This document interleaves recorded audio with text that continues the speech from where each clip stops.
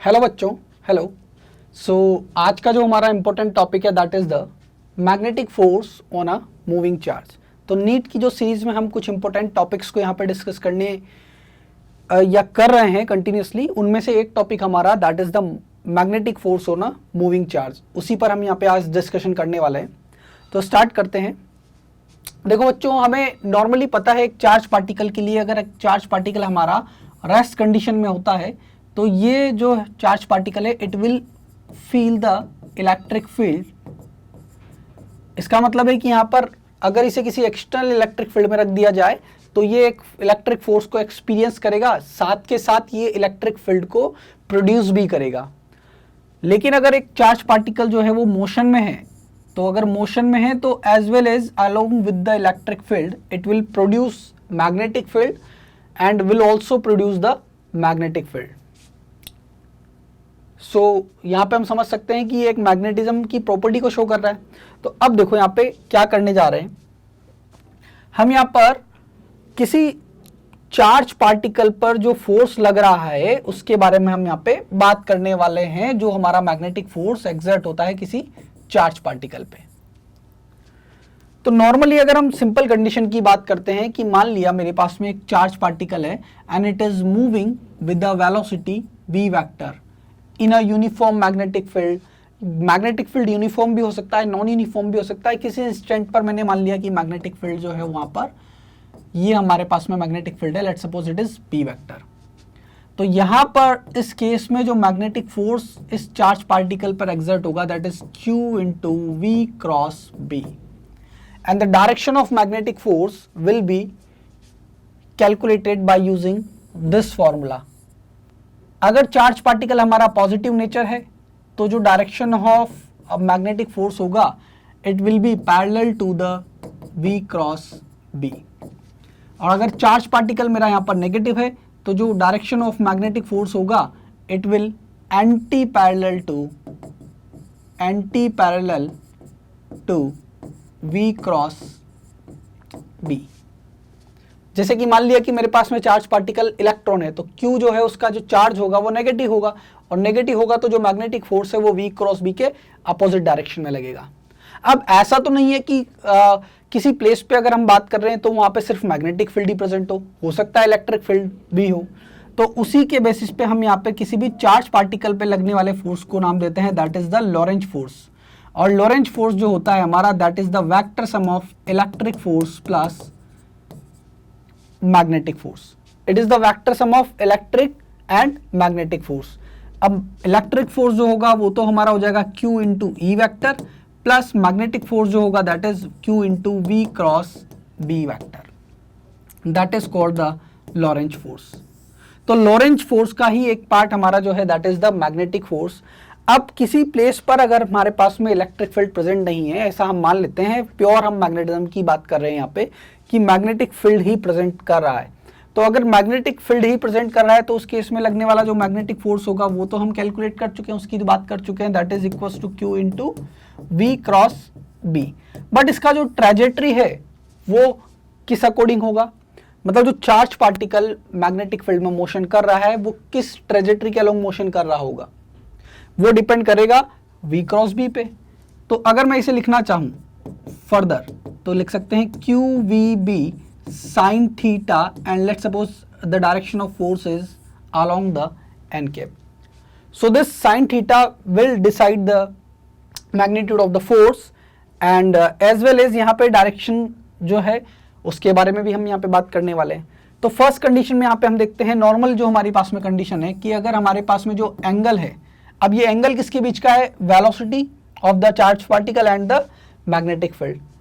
तो अगर हम ये मान लेते हैं कि थीटा हमारा जो है वो 0 डिग्री है, थीटा हमारा 0 डिग्री है, या फिर हम ये मान लेते हैं कि 180 डिग्री है, मतलब मैग्नेटिक फील्ड को लेट्स सपोज ये मैग्नेटिक फील्ड का डायरेक्शन है, ये हमारे पास में मैग्नेटिक फील्ड है, और चार्ज पार्टिकल को जो हमने प्रोजेक्ट इसी के अलोंग कर दिया या इसके एंटी पैरेलल इसको हमने प्रोजेक्ट कर दिया।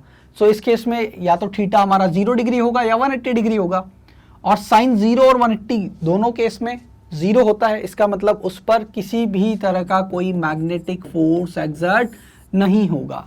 और यहां पर किसी तरह का कोई इलेक्ट्रिक फील्ड नहीं है, इसका मतलब ये जो चार्ज पार्टिकल है विदाउट डेविएशन मोशन करेगा। अगर हमने इस डायरेक्शन के लॉन्ग प्रोजेक्ट कर दिया तो इसी डायरेक्शन के लॉन्ग मूव करेगा, और अगर मैंने अपोजिट डायरेक्शन में इसको प्रोजेक्ट कर दिया तो इसी डायरेक्शन के लॉन्ग ये मोशन करेगा। देखो यहां पर अभी हमने पहले केस की बात की है जब theta is equal to 0 degree है या फिर 180 डिग्री है। तो अगर डायरेक्शन चेंज होगा तो क्या इसकी काइनेटिक एनर्जी में भी कोई चेंज आएगा, उसके बारे में भी हम यहाँ पे बात करने वाले हैं। मैं एक स्टेटमेंट यहाँ पे आपको बोल देता हूं, मैग्नेटिक फोर्स जो है किसी चार्ज पार्टिकल की काइनेटिक एनर्जी को चेंज नहीं करता है। It will not inject kinetic energy to the charge particle. तो काइनेटिक एनर्जी चेंज नहीं हो रहा है, इसका मतलब स्पीड चेंज नहीं होगा, लेकिन उसका वेलोसिटी चेंज होगा due to the change in the direction. तो वो कैसे होता है, तो हम बात करते हैं सेकंड केस के लिए। देखो नेक्स्ट स्लाइड पर अगर हम आते हैं, यहाँ पे अगली स्लाइड जो है, इस स्लाइड पे हम उस चीज को डिस्कस करते हैं कैसे कोई मैग्नेटिक फोर्स जो है वो काइनेटिक एनर्जी जो है वो चार्ज पार्टिकल में इंजेक्ट नहीं करता है। देखो अगर हमारे पास जो एंगल है theta, it is not equal to 0, 180 और 90। हम तीन कंडीशन की बात कर रहे हैं, तीन कंडीशंस को हम एलिमिनेट कर रहे हैं। ना तो थीटा का वैल्यू 0 डिग्री है, ना 180 डिग्री है, और ना ही ये परपेंडिकुलरली प्रोजेक्ट किया गया है किसी मैग्नेटिक फील्ड में। मान लिया कि किसी एंगल पे इसको प्रोजेक्ट किया गया है, तो ये मान लेते हैं हम, लेट्स सपोज कि हमारे पास में एक मैग्नेटिक फील्ड है, uniform magnetic field, like this is the direction of uniform magnetic field and its magnitude is v over here.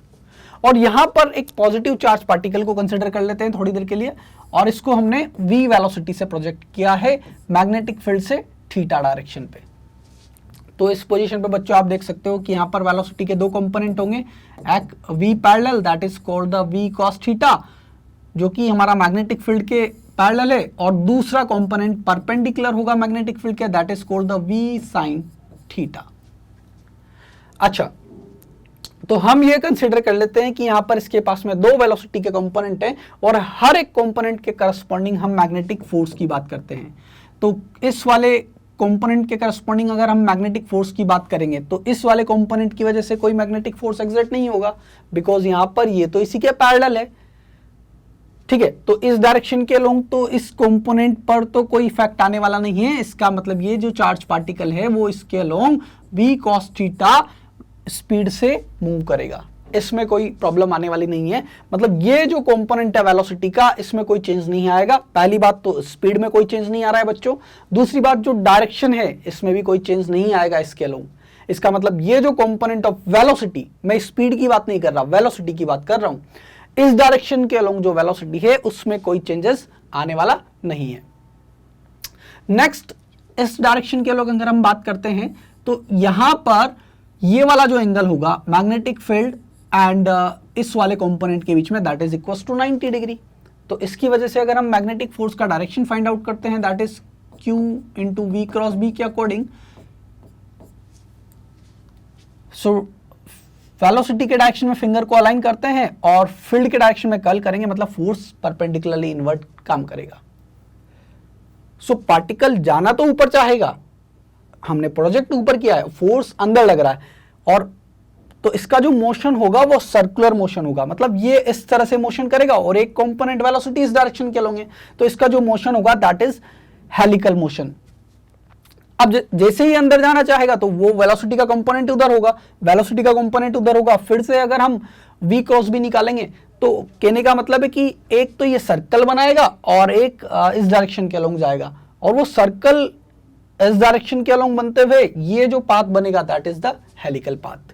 जैसा कि आप इस वाले फिगर में देख सकते हो कि यहाँ पे हमने एक वेलोसिटी v से इसको प्रोजेक्ट किया थीटा एंगल पे, तो यहाँ पर इस v sin थीटा वाले कंपोनेंट की वजह से, जो कि परपेंडिकुलर कंपोनेंट है, अब आप ये सोच रहे होंगे कि ये परपेंडिकुलर कंपोनेंट की वजह से सर्कुलर मोशन क्यों कर रहा है।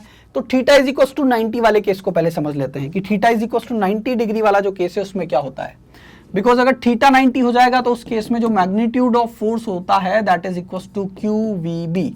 तो ये मैग्नीट्यूड तो कांस्टेंट रहेगा, जैसे मैंने मान लिया कि ये मेरे पास में एक मैग्नेटिक फील्ड है इस तरह से, और एक चार्ज पार्टिकल को मैंने प्रोजेक्ट कर दिया, तो v क्रॉस b का जो डायरेक्शन निकालेंगे, v का डायरेक्शन तो इधर है, b अंदर की तरफ है, तो v क्रॉस b जो है वो ऊपर की तरफ आएगा, मतलब इस पर फोर्स इस इंस्टेंट पे लगेगा। तो ये इसका जो मोशन है वो ऐसा कुछ होगा। इस इंस्टेंट पे अगर मैं बात करूंगा तो वेलोसिटी इधर होगा और बी अंदर की तरफ है तो फोर्स इधर लगेगा, तो ये ऐसे घूमना शुरू करेगा। फिर इस इंस्टेंट पे बात करेंगे तो वेलोसिटी इधर होगा और फिर अंदर की तरफ है, मतलब फोर्स जो है वो इधर लगेगा। तो फोर्स का जो मैग्नीट्यूड है वो तो QVB ही रहेगा। इसका मतलब वेलोसिटी तो चेंज हो रहा है, वेलोसिटी तो चेंज हो रहा है, लेकिन आप एक चीज नोटिस कर सकते हो बच्चों, यहां पर इसका जो स्पीड है वो चेंज नहीं हो रहा है, क्योंकि मैग्नेटिक फोर्स, मैंने आपको पहले भी बोला था कि मैग्नेटिक फोर्स जो है बच्चों यहां पर काइनेटिक एनर्जी इंजेक्ट नहीं करता है। सो काइनेटिक एनर्जी इंजेक्ट नहीं करता, इसका मतलब अगर हमने परपेंडिकुलरली यहां पे इसको एंटर करवाया तो यहां पर जो इसका ट्रेजेक्टरी होगा दैट इज सर्कुलर ट्रेजेक्टरी। तो परपेंडिकुलर कंपोनेंट ऑफ वेलोसिटी की वजह से ये सर्कुलर मोशन करेगा। तो यहां पर दो कंपोनेंट, एक परपेंडिकुलर वाला और एक इसके पैरेलल वाला। तो पैरेलल वाले की वजह से तो ये आगे बढ़ेगा और परपेंडिकुलर वाले की वजह से ये इस तरह से सर्कुलर मोशन करने की कोशिश करेगा। तो यहां पे ये जो इसका ट्रेजेक्टरी होगा चार्ज पार्टिकल का that is the helical path. अब अगर हम यहाँ पे इस हेलिकल पाथ की बात करते हैं तो यहाँ पे कुछ टर्म होती है that is the radius of the helix. Because इस सर्कुलर मोशन की अगर हम बात करेंगे तो यहाँ पर इस सर्कुलर मोशन का एक रेडियस होगा r और उसे हम कैलकुलेट कर सकते हैं। हमें पता है कि किसी भी सर्कुलर मोशन होने के लिए एक नेसेसरी सेंट्रीपिटल फोर्स की रिक्वायरमेंट होती है and that necessary centripetal force mv²/r will be provided by the magnetic force that is the QVB। So यहां से अगर हम उस रेडियस को लिखेंगे then it is equals to mv/QB। अगर एक चार्ज पार्टिकल को हमने परपेंडिकुलरली एंटर करवाया with the speed v, so इसका जो रेडियस होगा दैट इज mv/QB। तो यहां पर जो परपेंडिकुलर कंपोनेंट है that is v sin theta. तो यहां पर हम बोल सकते हैं रेडियस ऑफ द हेलिक्स। सो उस रेडियस ऑफ हेलिक्स की अगर हम बात करते हैं बच्चों तो ये हमारे पास में हो जाएगा mv perpendicular by QB and it is equals to mv sin theta by QB over here. साथ में अगर हमसे बात की जाए कि पिच ऑफ द हेलिक्स, ये पिच ऑफ द हेलिक्स का क्या मतलब है? पिच ऑफ द हेलिक्स का मतलब है अगर इसने यहां से चलना शुरू किया और ये इस तरह से ये राउंड ट्रिप भी लेगा और साथ में आगे बढ़ेगा तो वापस से उसी पॉइंट पर आ गया। अगर हम एक सर्कल की बात करते हैं और एक सर्कल वापस से कंप्लीट एक सर्कल बन जाता है, यहां से इसने स्टार्ट किया और घूम करके वापस यहीं आ गया, तो ये तो एक सर्कल स्टार्ट हो गया। लेकिन इस बार इसका मोशन ऐसा नहीं है, ये सर्कुलर मोशन भी कर रहा है साथ में आगे भी बढ़ रहा है। तो ये इस तरह से जब एक कंप्लीट सर्कल बना और इस दौरान ये वाले पॉइंट का जो शिफ्टिंग है, ये वाला जो डिस्प्लेसमेंट है during the one turn that is called the pitch of the helix. तो पिच ऑफ द हेलिक्स अगर मुझे फाइंड आउट करना है तो पहले हम ये देख लेते हैं कि टाइम पीरियड ऑफ रिवॉल्यूशन कितना है, क्योंकि पिच ऑफ द हेलिक्स अगर मेरे को निकालना है तो पिच ऑफ द हेलिक्स निकालने के लिए इस डायरेक्शन के लोग ये मूव कर रहा है v पैरेलल से and let's suppose t be the time taken for the complete of one revolution. तो सर्कुलर मोशन में अगर हम यहाँ पे कैलकुलेट करते हैं कि इसका जो टाइम पीरियड ऑफ रिवॉल्यूशन है वो कैसे निकाल सकते हैं, तो टाइम पीरियड ऑफ रिवॉल्यूशन कैसे निकालेंगे? t it is equals to एक रिवॉल्यूशन में जो डिस्टेंस होगा दैट इज 2πr/p और r का वैल्यू होता है हमारा mv/QB। तो यहां से r का वैल्यू अगर हम पुट करेंगे mv/QB तो v से v कैंसल आउट हो जाएगा। तो time period of revolution for the circular motion that is 2πm/QB। जब चार्ज पार्टिकल को हमने परपेंडिकुलरली एंटर करवाया, तो इस केस में अगर हम v की बात करते हैं यहाँ पे जो टाइम पीरियड होगा, तो इस टाइम पीरियड वाले फॉर्मूले में वेलोसिटी का कोई इंपैक्ट नहीं आ रहा है। तो वेलोसिटी का अगर कोई इंपैक्ट नहीं आ रहा है तो यहाँ पे हम बोल सकते हैं कि इस हेलिकल पाथ के केस में भी टाइम पीरियड हमारा 2πm/QB होगा और 2πm/QB होगा तो v पैरेलल तो हमारे पास में है that is v cos theta, it is v cos theta and capital T it is 2πm/QB। तो यहां पे हम देख सकते हैं जो हमारे पास में पिच ऑफ द हेलिक्स होगा that is 2πm/QB and it is v cos theta. तो ये हमारे पास में एक केस हो गया है जब चार्ज पार्टिकल किसी एंगल पर एंटर करता है। नेक्स्ट केस की बात करते हैं बच्चों, हमारे पास में नेक्स्ट स्लाइड पे आते हैं हम। अगला जो स्लाइड है, तो जिस केस को हम डिफाइन कर रहे थे यहाँ पर कि जब थीटा हमारा 90 डिग्री होता है, तो जब थीटा हमारा 90 डिग्री होगा तो वहां पर फोर्स का मैग्नीट्यूड हमने पहले भी डिस्कस किया, it is equal to QVB। और जब ये QVB होगा तो हर इंस्टेंट पर अगर हम देखो फोर्स की बात करेंगे तो इस इंस्टेंट पे फोर्स का डायरेक्शन स्केल होगा और it is equal to QVB, तो ये इस तरह से मूव करना स्टार्ट करेगा। तो किसी भी इंस्टेंट पर अगर हम फोर्स की बात करेंगे it is towards the centre and that magnetic force will provide the necessary centripetal force, जो कि हमारा mv²/r के इक्वल हुआ। तो यहां से अगर हम रेडियस की बात करेंगे, radius of the circular path, तो यहां से अगर हम r को निकालेंगे इट इज mv/qb। इस mv को हम मोमेंटम ऑफ द पार्टिकल लिख सकते हैं। तो मोमेंटम जो रहेगा चार्ज पार्टिकल का, उसका मैग्नीट्यूड भी चेंज नहीं होगा, बिकॉज अगेन काइनेटिक एनर्जी तो कांस्टेंट है, और काइनेटिक एनर्जी कांस्टेंट है तो मैग्नीट्यूड जो है मोमेंटम का वो भी कांस्टेंट रहेगा। डायरेक्शन चेंज होगा due to the change in the direction and divided by QB over here. या P को हम ऐसा भी लिख सकते हैं √2mk/QB in terms of kinetic energy. तो मैं बार बार इस चीज पर आपको फोकस करवा रहा हूं बच्चों की काइनेटिक एनर्जी चेंज नहीं होगा, बिकॉज इसी कंसेप्ट पर बेस काफी सारे जो क्वेश्चंस है वो सॉल्व हो जाते हैं। कई बार ऐसा बोल दिया जाता है कि एक चार्ज पार्टिकल को जो है वो मूव करवा दिया जा रहा है, v वेलोसिटी से प्रोजेक्ट किया गया है और मैग्नेटिक फील्ड इस तरह से दिया हुआ है, और वो आपसे पूछ लेता है कि डिस्टेंस कैलकुलेट करो। तो डिस्टेंस कैलकुलेट करो, मान लो उसने t टाइम दे दिया और बोला कि मैग्नेटिक फील्ड में मूव कर रहा है, मैग्नेटिक फील्ड इधर है और t टाइम में बताओ ये कितना डिस्टेंस कवर करेगा। तो t टाइम में कितना डिस्टेंस कवर करेगा, बिकॉज इसके स्पीड में तो कोई चेंज आने वाला नहीं है, वरना हम कंफ्यूज हो जाते हैं कि अच्छा v पैरेलल, सो v पैरेलल तो हमारे पास में हो जाएगा v cos थीटा, इसमें तो कोई चेंज नहीं आएगा। नेक्स्ट v sin थीटा, फिर हम कैलकुलेशन करने की कोशिश करते हैं। जब क्वेश्चन में उसने साफ साफ पूछा है बच्चों कि डिस्टेंस कितना है, तो डिस्टेंस कितना है तो हमें स्पीड पे फोकस करना है। अब हमें ये चेक करना है कि या इसका स्पीड चेंज होगा या नहीं होगा। तो सिंपल सा कंसेप्ट है, जब काइनेटिक एनर्जी इंजेक्ट नहीं कर रहा है बच्चों, तो काइनेटिक एनर्जी इंजेक्ट नहीं करेगा, इसका मतलब ये जब चार्ज पार्टिकल मूव करेगा इसका स्पीड कांस्टेंट होगा, और अगर ये t टाइम के लिए मूव करेगा तो डिस्टेंस कैसे निकाल सकते हैं, डायरेक्ट इसका speed into time for which it is moving. आप ऐसे क्वेश्चंस देख सकते हो जो प्रीवियस ईयर में आए हुए हैं, और उनमें काफी कैलकुलेशन में बच्चे जो हैं वो उलझ जाते हैं। डायरेक्ट आप इस कंसेप्ट को यूज लेकर के सॉल्व कर सकते हो, स्पीड को टाइम से मल्टीप्लाई करोगे और डिस्टेंस निकाल लोगे। डिस्प्लेसमेंट के लिए आपको वेक्टर वाले मेथड से जाकर के सॉल्व करना पड़ेगा, क्योंकि बिकॉज हर इंस्टेंट पर आपको जो ये वाला कंपोनेंट है, ये वाला कंपोनेंट, ये वेलोसिटी चेंज होगा due to the change in the direction, तो वहां पर डिस्प्लेसमेंट के केस में हमें कैलकुलेशन करना पड़ सकता है। लेकिन अगर हम डिस्टेंस के केस में बात करेंगे तो वहां पे हमें उतना उलझना नहीं होगा। तो हम यहाँ पे देख सकते हैं कि ये वाला जो रेडियस है हम इस फॉर्म में भी लिख सकते हैं। साथ में अगर हम टाइम पीरियड ऑफ रिवोल्यूशन की बात करेंगे तो टाइम पीरियड ऑफ रिवोल्यूशन पहले भी हम कैलकुलेशन कर चुके हैं, दैट इज 2πr/v। एक रिवोल्यूशन में जो डिस्टेंस कवर करेगा that is equal to 2πr and speed it is v। So यहाँ पे v का वैल्यू, r का वैल्यू अगर हम पुट करेंगे दैट इज mv/qb, सो ये हो जाएगा 2πm/qb। And frequency of revolution हम देख सकते हैं 1 time period, so it is equal to q/2πm। और इसी पर बेस जो है बच्चों हम यहाँ पर क्वेश्चंस डिस्कस करेंगे। तो आई होप आप लोगों को ये चीज़ क्लियर होगी। Thank you so much. Hello बच्चों, तो जैसा कि हम नीट सीरीज में PYQs को डिस्कस कर रहे थे, उन्हीं में हमारा एक इम्पोर्टेंट जो टॉपिक है that is the moving charge and magnetism, उसी के PYQs को हम यहाँ पे डिस्कस करने वाले हैं। तो पहला क्वेश्चन है बच्चों यहाँ पे, a proton and a alpha particle both enter a region of uniform magnetic field B।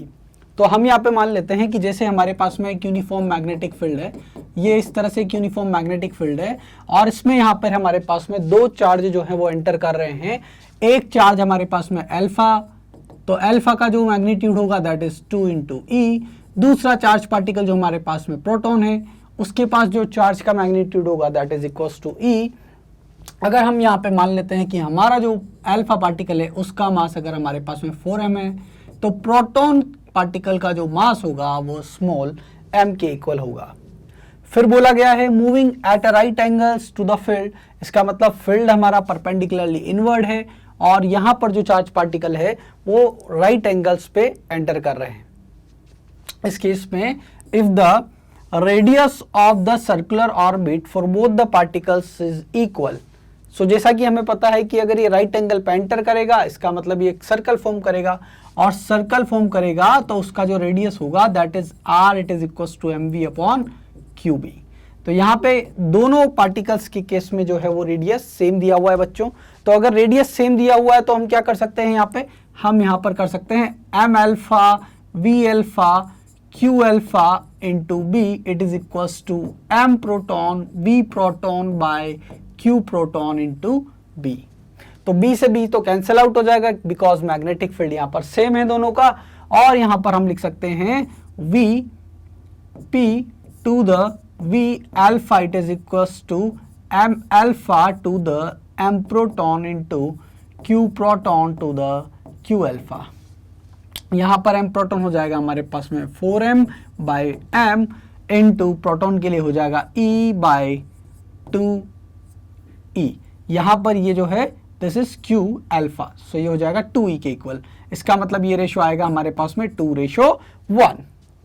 अब हम काइनेटिक एनर्जी की बात कर रहे हैं, तो यहाँ पे बोला गया है the kinetic energy acquired by the proton is 1 mega electron volt. इसका मतलब पहली बात तो आप ये समझ लेना कि अगर ये चार्ज पार्टिकल इस मैग्नेटिक फील्ड में एंटर करेगा तो इसकी काइनेटिक एनर्जी में कोई चेंज आने वाला नहीं है, बिकॉज मैग्नेटिक फील्ड जो है वो काइनेटिक एनर्जी चार्ज पार्टिकल में इंजेक्ट नहीं करता है, सिर्फ और सिर्फ इसकी वेलोसिटी को चेंज करेगा जो कि डायरेक्शन के चेंज होने की वजह से चेंज होगी, बट इसका स्पीड जो है वो अनचेंज रहेगा। तो सिंपल सी बात है, जो काइनेटिक एनर्जी एक्वायर्ड की ये बात कर रहा है, इसका मतलब ये kinetic energy initial kinetic energy है जिससे ये मूव करते हुए फील्ड में एंटर कर रहा है। तो इसका मतलब यहाँ पर इनिशियल काइनेटिक एनर्जी जो हमारा प्रोटॉन है, अगर हम उसे Kp और इनिशियल काइनेटिक एनर्जी अल्फा जो है हमारे पास में K अल्फा, तो ये हम लिख सकते हैं half mp vp square to the half m alpha v alpha square. So half से हाफ ये वैल्यू जो है हमारे पास में कैंसिल आउट हो जाएगी, और यहाँ पर काइनेटिक एनर्जी ऑफ प्रोटॉन हमारा 1 mega electron volt to the K alpha, it is equal to 4m divided by, यहाँ पे mass of proton it is m divided by 4m into vp by v alpha square, so it is 2 square. तो ये हो जाएगा हमारे पास में 1:1। इसका मतलब जो अल्फा पार्टिकल की जो काइनेटिक एनर्जी आएगी वो हमारे पास में हो जाएगी 1 मेगा इलेक्ट्रॉन वोल्ट की बच्चों। तो यहाँ पर ये चीज़ हमारे पास में क्लियर हो चुकी है, और इसका जो आंसर है ऑप्शन सेकंड जो है इसका करेक्ट होगा। तो आई होप आप लोगों को ये क्वेश्चन जो है वो अच्छे से समझ आ गया होगा। Thank you so much. अगले क्वेश्चन पे आते हैं बच्चों। अगले क्वेश्चन में हमें बोला गया है along straight wire of radius a carries a steady current I. The current is uniformly distributed over its cross section. The ratio of the magnetic field B and B dash at a radial distance a by 2 and 2a respectively from the axis of a wire. तो इस question में बोला गया है बच्चों, यहाँ पे आप ये समझ लीजिए कि ये हमारे पास में क्रॉस सेक्शन वायर है और ये वायर परपेंडिकुलरली इनवर्ड है, और इस क्रॉस सेक्शनल एरिया से इसका जो रेडियस यहाँ पे दिया हुआ है, ये रेडियस हमारे पास में a है, और इसके साथ जो करंट एसोसिएटेड है दैट इज I। तो पर यूनिट एरिया से जो करंट पास करेगा उसे हम लिख सकते हैं I by pi a square. और अगर हम इस वायर के अंदर किसी डिस्टेंस a बाई 2 पर मैग्नेटिक फील्ड फाइंड आउट करना चाहते हैं, इस पॉइंट पर अगर मुझे यहाँ पे मैग्नेटिक फील्ड फाइंड आउट करना है, तो इसका जो एरिया होगा that is equals to this area, it is equals to pi a by 2 whole square. इसका मतलब इस एरिया से जो करंट पास कर रहा होगा, अगर मैंने उसे I डैश कंसिडर कर लिया, तो करंट थ्रू द पर unit area into area of this cross section that is pi a by 2 whole square, और ये वैल्यू जो निकल करके आएगी it is equals to I by 4. This is the I dash. अब जैसा कि क्वेश्चन में बोला गया है कि बी डैश जो है वो मैग्नेटिक फील्ड a/2 डिस्टेंस पे है, इसका मतलब बी डैश हमारे पास में हो जाएगा, बिकॉज यहाँ पे दो फील्ड हैं, एक हमारे पास में a/2 डिस्टेंस पे है, दूसरा 2a पे है। तो बी डैश वाला जो है वो 2a डिस्टेंस पे है, इसका मतलब इस वायर से बाहर की ओर है, बाहर की ओर है, तो उस केस में बी डैश को तो हम लिख सकते हैं mu naught I upon 2 pi into 2a, because इस सेंटर से जो डिस्टेंस होगा वो 2a होगा और टोटल करंट जो इस लूप से पास करेगा दैट इज I। तो यहाँ पे ये हो जाएगा it is mu naught I upon 4 pi a। Next, अगर हम a/2 डिस्टेंस पे बात करते हैं बच्चों, तो a/2 डिस्टेंस पे जो हमारा मैग्नेटिक फील्ड होगा mu naught I dash upon 2 pi into distance from the centre that is equals to a/2। सो I डैश का वैल्यू यहाँ पे पुट करते हैं तो ये हो जाएगा mu naught I by 2 pi into a/2 into 4। And further इसे अगर हम सॉल्व करते हैं तो ये हो जाएगा it is mu naught I upon 4 pi a, equation number 2। So clearly equation number 1 and 2 से हम देख सकते हैं बच्चों यहाँ पे हमारा जो b to the b dash it is equal to 1:1, और इसके अकॉर्डिंग यहाँ पे हम बोल सकते हैं option 1 will be the correct answer. अगला जो क्वेश्चन है बच्चों हमारे पास में, इस क्वेश्चन में बोला गया है a square loop ABCD carrying a current I is placed near and coplanar with a long straight conductor XY carrying a current I, the net force on the loop will be. So इस condition में यहाँ पर हमारे पास में एक current carrying loop और साथ में एक करंट कैरिंग वायर दिया हुआ है, और इस करंट कैरिंग वायर की वजह से मुझे इस लूप पर जो है वो मैग्नेटिक फोर्स फाइंड आउट करना है। तो अगर हम यहाँ पर मैग्नेटिक फोर्स की बात करते हैं तो हमारा जो मैग्नेटिक फोर्स होता है that is I into L cross B, या हम ऐसा भी लिख सकते हैं ILB साइन थीटा, जहाँ पे ये जो थीटा है हमारा L वेक्टर और B वेक्टर के बीच का एंगल होता है। सो यहाँ पे अगर ये करंट कैरिंग वायर है तो इसकी वजह से जो मैग्नेटिक फील्ड होगा यहाँ पर परपेंडिकुलरली इनवर्ड होगा, और इससे जो डिस्टेंस है उसके साथ ये वेरी करेगा, लेकिन जो डायरेक्शन है वो परपेंडिकुलरली इनवर्ड होगा। तो अगर परपेंडिकुलरली इनवर्ड होगा तो देख सकते हैं ड्यू टू द सिमेट्रिसिटी ये वाला जो सेगमेंट है और ये वाला जो सेगमेंट है इसमें तो करंट जो है वो प्लस x डायरेक्शन में फ्लो कर रहा है, और इस वाले सेगमेंट में जो करंट है वो नेगेटिव x डायरेक्शन में फ्लो करेगा। तो अगर यहाँ पर हम फोर्स के डायरेक्शन की बात करेंगे तो according to the right hand thumb rule I into L cross B, so L will be in this direction, so force will be act in the upward direction, and for this L will be in this direction, so L cross B will be in the downward direction, so same amount of force will act in the opposite direction on both BC and AD। तो जितना force हमारा BC पर लगेगा जो कि integration से आप calculate कर सकते हो, उतना ही फोर्स हमारा AD पे डाउनवर्ड डायरेक्शन में लगेगा। तो ये वाला जो फोर्स है वो तो कैंसिल आउट हो जाएगा बच्चों। अब जो नेक्स्ट फोर्स हमारे पास में बचेगा, बिकॉज ये सिमेट्रिसिटी की वजह से इन दोनों पर जो वर्टिकल डायरेक्शन में नेट फोर्स है वो 0 हो जाएगा। नेक्स्ट जो हमारे पास में फोर्स निकल करके आएगा, एक तो हमारा AB पे हमें फोर्स निकालना है। तो फर्स्ट ऑफ ऑल ये जो डिस्टेंस है हमारे पास में दैट इज L/2। तो L/2 डिस्टेंस पर अगर हम मैग्नेटिक फील्ड की बात करते हैं बच्चों तो ये हो जाता है हमारे पास में mu naught I upon 2 pi into L/2, या हम इसे लिख सकते हैं mu naught I upon pi L। तो इसकी वजह से जो फोर्स लगेगा, force on AB it is equals to, यहां पर इसमें जो करंट फ्लो करेगा that is equals to small I, and इसका जो लेंथ है अगर उस लेंथ को हम यहाँ पे कंसिडर कर लेते हैं कैपिटल L इंटू B1, सो ये हो जाएगा mu naught I upon pi L। So L से L कैंसिल आउट हो जाएगा, तो ये हो जाएगा हमारे पास में mu naught I small I by pi. This is force on AB branch, ये हमारे पास में इक्वेशन नंबर 1।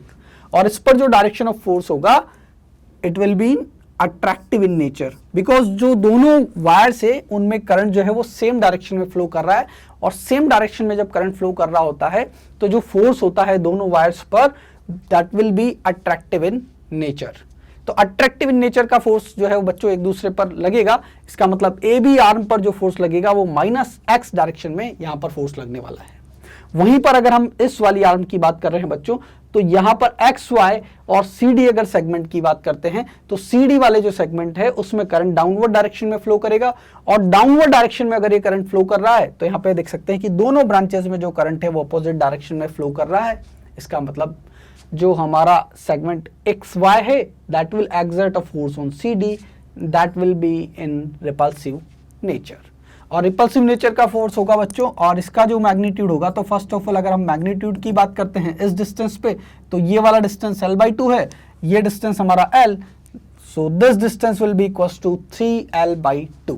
तो यहाँ पे हम लिख सकते हैं b2 is equals to mu naught I upon 2 pi into 3l/2 and it is equals to mu naught I upon 3 pi l। This is the magnetic field at this distance.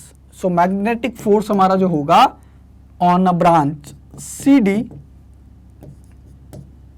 ये हो जाएगा हमारे पास में mu naught I upon 3 pi l into small I into l। तो ये हो जाएगा बच्चों हमारे पास में mu not capital I small I upon 3 पाई। ये हो जाएगा हमारे पास में इक्वेशन नंबर 2। तो first equation and second equation, और अगर दोनों का हम डिफरेंस लेते हैं यहाँ पे तो देख सकते हैं कि जो हमारे पास में अट्रैक्टिव फोर्स है इसका मैग्नीट्यूड ज्यादा है compare to the repulsive force. So net जो फोर्स होगा that will be attractive in nature, and ये हो जाएगा हमारे पास में FAB माइनस FCD।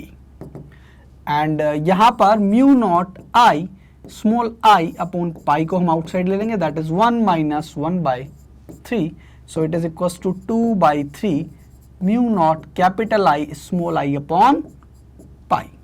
So इसके अकॉर्डिंग यहाँ पे हम देख सकते हैं हमारा जो ऑप्शन होगा बच्चों, यहाँ पे ऑप्शन, यहाँ पे हम देख सकते हैं ऑप्शन थर्ड जो है it is correct. So third will be the correct answer. Thank you so much. अगला जो क्वेश्चन है बच्चों हमारे पास में, इस क्वेश्चन में बोला गया है an electron is moving in a circular path under the influence of a transverse magnetic field। तो यहाँ पे जो मैग्नेटिक फील्ड का मैग्नीट्यूड है that is equals to 3.57 into 10⁻² tesla. If the value of the E/m is 1.76 into 10⁻11 coulomb per kg, the frequency of the revolution of the electron. तो या तो आप टाइम पीरियड का फॉर्मूला डायरेक्ट यूज कर सकते हो बच्चों, एंड जो हमारे पास में दूसरा मेथड है, यहाँ पे बोला गया electron is moving in a circular path under the influence of a transverse magnetic field. तो जब भी ट्रांसवर्स मैग्नेटिक फील्ड में हमारा कोई चार्ज पार्टिकल रिवॉल्व कर रहा होता है तो वहां पर हम बोल सकते हैं कि जो नेसेसरी सेंट्रीपिटल फोर्स है that will be provide by the magnetic force, and it is equal to Q into VB। या तो आप टाइम पीरियड का डायरेक्ट फॉर्मूला यूज कर सकते हो, दैट इज 2πm/QB। यहां से हम फ्रीक्वेंसी ऑफ रिवोल्यूशन निकाल सकते हैं, या आप ऐसा भी बोल सकते हो कि जब हमारा कोई चार्ज पार्टिकल जो है वो सर्कुलर फॉर्म में रिवॉल्व कर रहा है तो उसे जो नेसेसरी सेंट्रीपिटल फोर्स है that will be provide by the magnetic force that is QVP। ऐसा भी हम कर सकते हैं। तो यहां से हम देख सकते हैं बच्चों जो हमारे पास में mv²/r होगा it is equal to EVB। So एक V से एक V तो कैंसिल आउट हो जाएगा हमारे पास में। और अगर हम यहाँ से टाइम पीरियड का फॉर्मूला निकालते हैं तो यहाँ से देख सकते हैं सबसे पहले तो हमारे पास में एक रिलेशन यहाँ पे आ जाएगा mv/EB and that is equals to R। So यहाँ पे हम बोल सकते हैं कि जो हमारे पास में टाइम पीरियड होता है, time period it is equals to 2πr distance travelled in 1 revolution divided by its speed. तो यहाँ से अगर हम स्मॉल v का वैल्यू पुट कर देते हैं बच्चों, तो स्मॉल v का वैल्यू यहाँ पे पुट करते हैं तो ये देख सकते हैं कि जो t का वैल्यू होगा 2πr एंड v का वैल्यू अगर इस वाले फॉर्मूले से पुट करते हैं that is equals to EBR/m, that is equals to 2πm/EB। That is the time period of revolution. और फ्रीक्वेंसी ऑफ रिवोल्यूशन जो है हमारा हो जाएगा it is equals to 1/t। तो इसका मतलब ये हो जाएगा बच्चों हमारे पास में EB/2πm। तो यहां से हम देख सकते हैं हमारे पास में जो फ्रीक्वेंसी ऑफ रिवोल्यूशन होगा that is small e/b, EB/2πm। तो यहां पे स्मॉल e/m जो charge to the mass ratio दिया हुआ है दैट इज इक्वल टू 1.76। तो ये तो हम E बाई एम का जो रेशियो है that is equal to 1.76 into 10⁻11 यहाँ पे पुट कर देते हैं बच्चों। नेक्स्ट B का वैल्यू हमें यहाँ पे दिया हुआ है that is equal to 3.57 into 10⁻² divided by 2 pi, so it is 2 into 3.14। ठीक है, अब अगर इसे सॉल्व करते हैं हम यहाँ पे, सो F का वैल्यू हो जाएगा हमारे पास में 1.76 into 3.57 into 10⁻9 divided by 2 into 3.14। और जब इस वैल्यू को सॉल्व करेंगे हम यहाँ पे, तो ये हमारे पास में हो जाएगा ये 1.676, 3.57 और 2 इंटू 3.14। सो ये दोनों जो है वो इक्वल वैल्यू है, इसका मतलब ये हो जाएगा 1 इंटू 10⁻9 हर्ट्ज, या हम इसे बोल सकते हैं 10⁻9, और it is called as 1 giga hertz. और करस्पॉन्डिंग टू दैट यहां पे जो हमारा करेक्ट आंसर होगा बच्चों that is option 1 will be the correct answer. तो यहां पे हमने क्या किया, या तो आप टाइम पीरियड का फॉर्मूला डायरेक्ट यूज कर सकते हो, या आप टाइम पीरियड का फॉर्मूला यहां से डिराइव कर सकते हो with the help of centripetal force जो कि प्रोवाइड हो रहा है मैग्नेटिक फोर्स के थ्रू, और उसी की हेल्प लेकर के मैंने यहाँ पे फ्रीक्वेंसी ऑफ रिवोल्यूशन को कैलकुलेट किया है।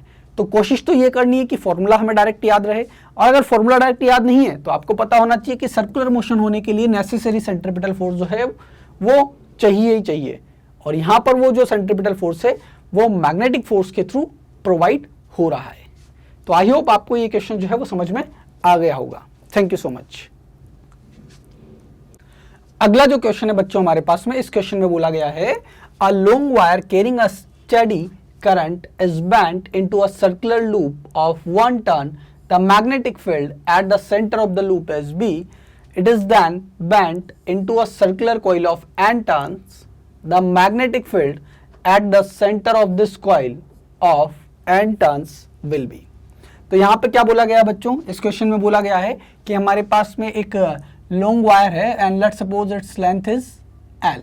तो अगर फर्स्ट केस में अगर हम सिंगल लूप में इसे कन्वर्ट कर देते हैं तो यहाँ पे जो इसका रेडियस है let's suppose it is capital R, तो यहाँ पे हम लिख सकते हैं it is 2 pi capital R and it is equals to L। तो सेंटर पे जो हमारा मैग्नेटिक फील्ड डेवलप होगा, अगर यहाँ पर करंट I फ्लो कर रहा है तो हम लिख सकते हैं mu naught I upon 2R, और R को हम रिप्लेस कर सकते हैं B it is equals to mu naught I upon 2 into and R can be written as L upon 2 pi. ये तो हमारे पास में इक्वेशन नंबर 1 हो गया। अब इसी B के टर्म में सेकंड कंडीशन में हमें मैग्नेटिक फील्ड कैलकुलेट करना है, वहां पर अगर हम इसी वायर को n नंबर ऑफ टर्न्स में जो है वो कन्वर्ट कर देते हैं, तो नंबर ऑफ टर्न्स अगर हम यहाँ पे बात करते हैं that is equals to n, और अगर इसका रेडियस मैंने स्मॉल r कंसिडर किया इस लूप का, तो यहाँ पे हम लिख सकते हैं एक लूप का जो लेंथ होगा that is equals to 2 pi small r into n। तो ये तो total length of the wire हो गया that is equals to L। तो यहां से R का जो वैल्यू होगा that is L upon 2R L upon 2 pi L upon 2 pi into n। अब इसी केस में अगर हम यहाँ पे सेंटर पे मैग्नेटिक फील्ड की बात करते हैं, तो सेंटर पे जो मैग्नेटिक फील्ड होगा इसे अगर B डैश कंसिडर कर लिया that is mu naught I, because current तो उतना ही है, करंट में कोई चेंजेस नहीं किया हमने यहाँ पे, so mu naught I upon 2 pi small r। ये तो सिंगल लूप की वजह से मैग्नेटिक फील्ड होगा, और अगर n टर्न की वजह से बात करेंगे बिकॉज यहाँ पर तो जो नंबर ऑफ टर्न है वो स्मॉल n है, तो स्मॉल n से हमने यहाँ पे मल्टीप्लाई कर दिया। अब इक्वेशन 1 से कंपेयर करना है तो स्मॉल r का वैल्यू पुट कर देते हैं यहाँ पे, so B dash it is equals to mu naught I small n by 2 pi and small r it is equals to L upon 2 pi small n। तो यहाँ पे देख सकते हैं ये वाला n जंप करके ऊपर चला जाएगा and it is mu naught I n square upon 2 pi L by 2 पाई। अच्छा, जब हम किसी लूप की वजह से मैग्नेटिक फील्ड की बात करते हैं that is mu naught I upon 2R, so mu naught I into n by 2R, सो यहाँ पे ये पाई एलिमिनेट हो जाएगा, ये वाला पाई यहाँ पे नहीं आएगा। सो फाइनली जो बी डैश होगा that is mu naught I n square by 2 into L by 2 pi. So equation 1 से अगर हम कंपेयर करते हैं इसे, तो ये जो वैल्यू है हमारा that is equal to B.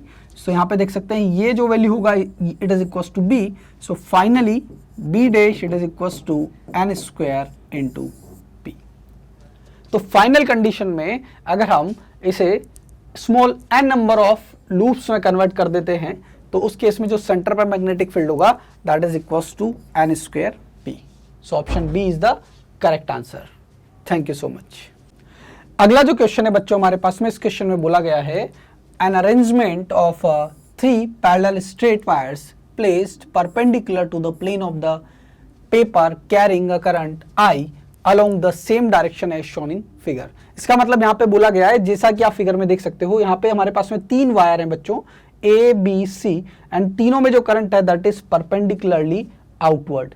तो डॉट का मतलब है कि जो करंट है वो परपेंडिकुलरली बाहर की ओर आ रहा है, इसमें भी करंट बाहर की ओर आ रहा है और उसमें भी करंट हमारा बाहर की ओर आ रहा है। बी और सी के बीच का जो सेपरेशन है दैट इज डी, बी और ए के बीच का जो सेपरेशन है डी। तो यहां से जो हमारे पास में ए और सी के बीच का जो सेपरेशन होगा बच्चों, ये हो जाएगा हमारे पास में √2d। और तीनों में करंट सेम डायरेक्शन में है, इसका मतलब तीनों एक दूसरे पे जो फोर्स एक्सर्ट करेंगे that is of attractive in nature. तो यहां पे हमें जो बताना है मैग्नीट्यूड ऑफ फोर्स पर unit length of the middle wire. तो यहां पे जो बी वाला वायर है हमारा, इस पर सबसे पहले हम नेट मैग्नेटिक फोर्स कैलकुलेट करेंगे। तो बी पर लगने वाला जो फोर्स है due to C, so force on B due to C it is equals to magnetic field due to C at B will be mu naught I upon 2 pi d, and current in this wire that is equals to I into, let's suppose its length is small l, because हमारा जो magnetic force होता है उसका formula होता है I L B।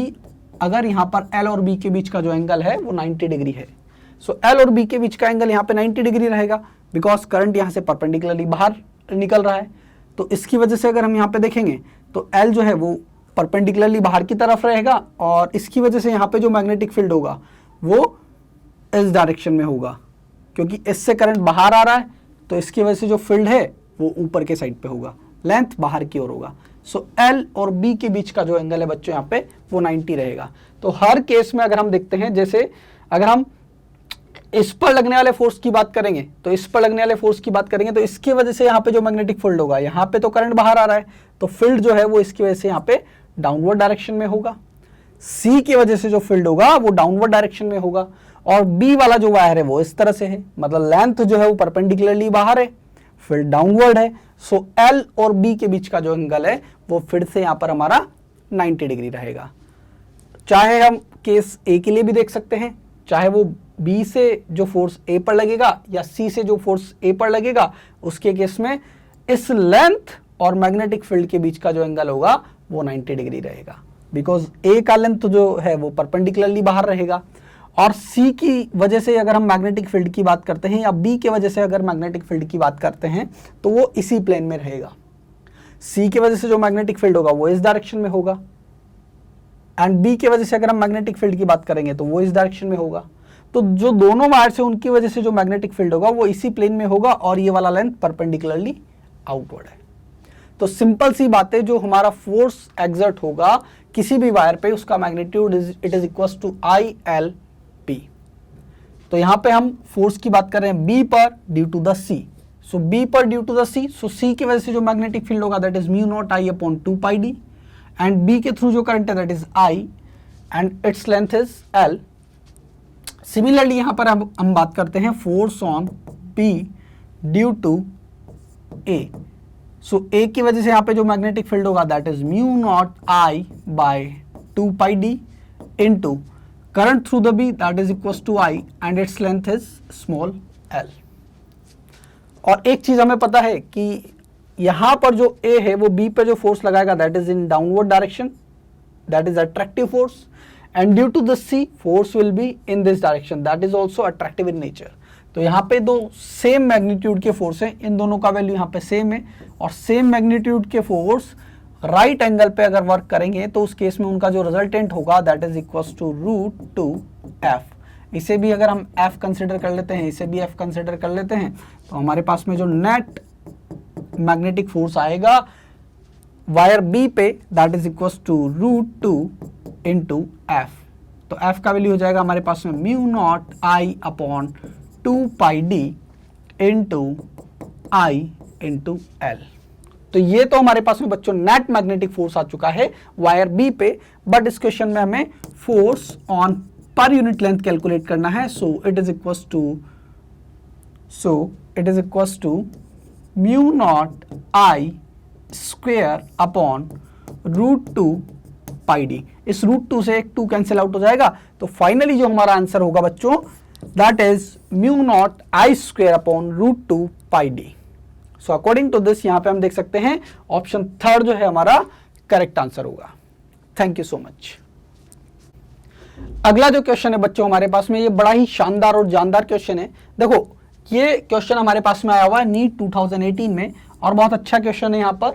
तो थोड़ा सा इस क्वेश्चन में इमेजिन भी करना होगा आपको कि क्या कंडीशन यहाँ पे दिया हुआ है। तो क्वेश्चन में क्या बोल रहा है ये, a metallic road of mass per unit length 0.5 kg per meter is lying horizontally on a smooth inclined plane which is makes an angle of 30 degree with the horizontal।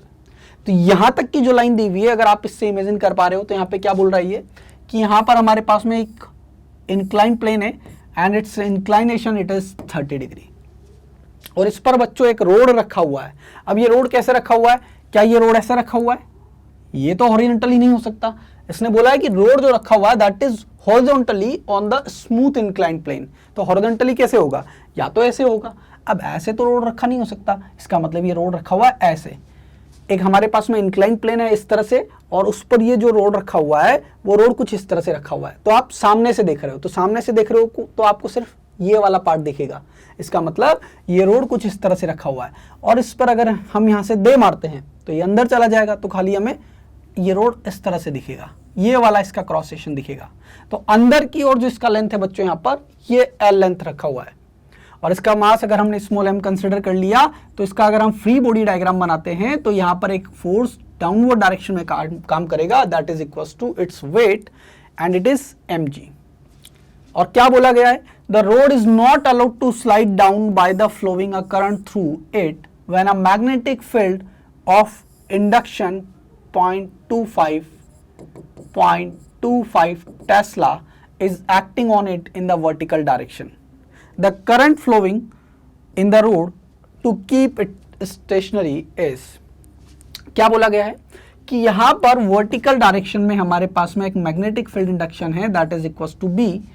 तो इस रोड के through हम कितना current flow करें जिससे ये finally stationery condition में रहे।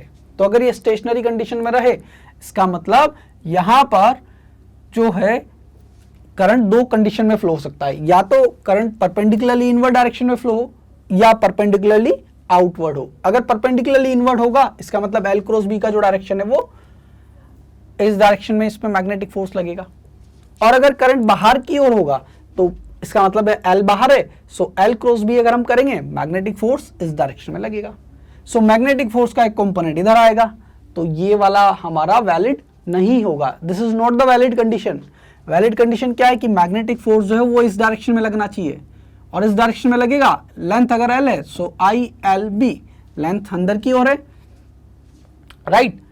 एंड हमने क्या बोला, आई एल क्रॉस बी के अकॉर्डिंग यहाँ पे आई एल बी जो है हमारा मैग्नेटिक फोर्स इस डायरेक्शन में आ रहा है। एल इसका लेंथ है, मैग्नेटिक फील्ड यहाँ पर बी है, और इसके थ्रू हमने करंट को क्या कंसिडर कर लिया है, आई।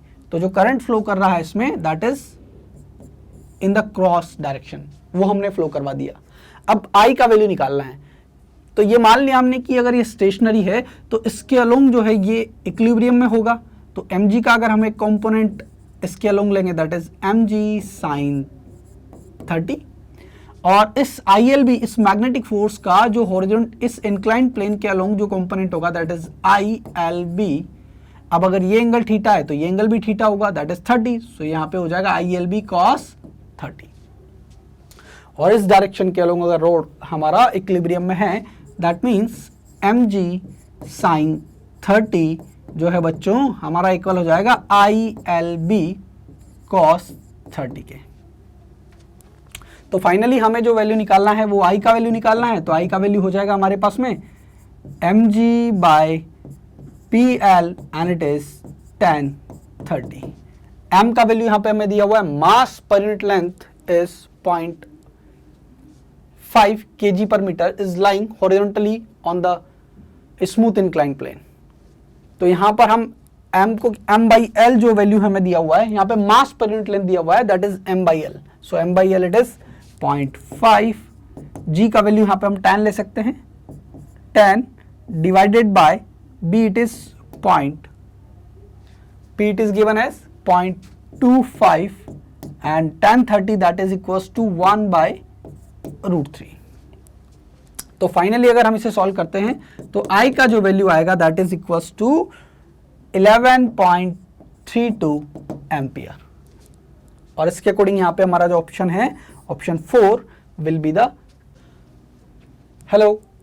हेलो बच्चों, तो अगला जो क्वेश्चन है हमारे पास में, इस क्वेश्चन में बोला गया है the current sensitivity of a moving coil galvanometer is 5 division per milli ampere and साथ के साथ हमें यहाँ पे वोल्टेज सेंसिटिविटी दिया हुआ है, that is angular deflection per unit voltage applied it is 20 division per volt. और हमें फाइंड आउट करना है the resistance of the galvanometer over here it is. So यहाँ पे हमारे पास में जो करंट सेंसिटिविटी है that is SI it is equals to 5 division per milli ampere and voltage sensitivity it is SV it is equals to 20 division per volt. तो current sensitivity और voltage sensitivity से अगर हम यहाँ पे देखते हैं फॉर वन डिवीजन अगर हम यहाँ देखते हैं, बिकॉज 5 डिवीजन के थ्रू जो करंट है that is 1 milli ampere. So for 1 division अगर हम यहाँ पे देखेंगे तो जो करंट का वैल्यू होगा दैट इज 1/5 मिली एम्पियर, या हम ऐसा बोल सकते हैं 10⁻³ एम्पियर। सिमिलरली यहाँ पे हम देख सकते हैं कि 20 डिवीजन में जो वोल्टेज है दैट इज 1 वोल्ट। तो 1 डिवीजन के लिए अगर हम यहाँ पे वोल्टेज की बात करेंगे तो ये हो जाएगा 1/20 वोल्ट, इट इज 1/20 वोल्ट। तो यहाँ से रेजिस्टेंस की वैल्यू अगर हम निकालते हैं एक डिवीजन के लिए, हमने voltage and current find out कर लिया है, तो हम यहाँ पे जो रेजिस्टेंस ऑफ द गैल्वेनोमीटर है वो हम यहाँ पे निकाल सकते हैं। तो रेजिस्टेंस जो है हमारा गैल्वेनोमीटर का वो आ जाएगा R it is equals to V/I। V का वैल्यू हमारे पास 1/20, I का वैल्यू हमारे पास है यहाँ पे 10⁻³ तो इसे हम यहाँ पे लिख सकते हैं दैट इज 1/20 × 5 × 1000। सो यहाँ पे हम देख सकते हैं बच्चों 5 से ये 20 कैंसिल आउट होगा 4 टाइम और इस 4 से ये 1000 कैंसिल आउट होगा 250 टाइम, तो ये हमारे पास में हो जाएगा 250 ओम। तो जो गैल्वेनोमीटर का रेजिस्टेंस होगा ये आ जाएगा 250 ओम और according to the options option first जो है हमारा करेक्ट आंसर होगा। Thank you so much. Hello, so अगला जो क्वेश्चन है बच्चों हमारे पास में, it is a cylindrical conductor of a radius r is carrying a constant current. The plot of a magnitude of a magnetic field B with the distance d from the center of the conductor is correctly represented by the figure। तो इस question में क्या बोला गया है बच्चों, देखो यहाँ पे एक क्वेश्चन है और इसमें अगर हम इस क्रॉस सेक्शनल एरिया की बात करते हैं, हमारे पास में एक कंडक्टर है और जो कंडक्टर वायर है दैट इज सिलेंड्रिकल। तो अगर आप इस क्रॉस सेक्शन वायर को देखोगे, ऊपर इस वाले क्रॉस सेक्शन को अगर हम ऑब्जर्व करते हैं, let's suppose it is having the radius capital R और इस क्रॉस सेक्शन जो टोटल क्रॉस सेक्शन एरिया है, यहां से जो टोटल करंट पास कर रहा है that is equals to I। तो पर यूनिट एरिया से जो हमारा करंट पास करेगा that is equals to I/πr²। तो यहां पर हम देख सकते हैं, अगर मैं यहां से स्मॉल r डिस्टेंस की बात करता हूं बच्चों, स्मॉल r डिस्टेंस पर अगर मैं यहां पे बोलता हूं कि जो मेरा मैग्नेटिक फील्ड जो लिंक करेगा, तो एम्पियर सर्किटल लॉ के अकॉर्डिंग अगर हम बात करते हैं तो यहाँ पे हम लिख सकते हैं जो B हमारा होगा, B it is equals to μ0। Let's suppose इस वाले जो क्रॉस सेक्शन एरिया से जो करंट है, let's suppose it is I dash by it is μ0 I dash bye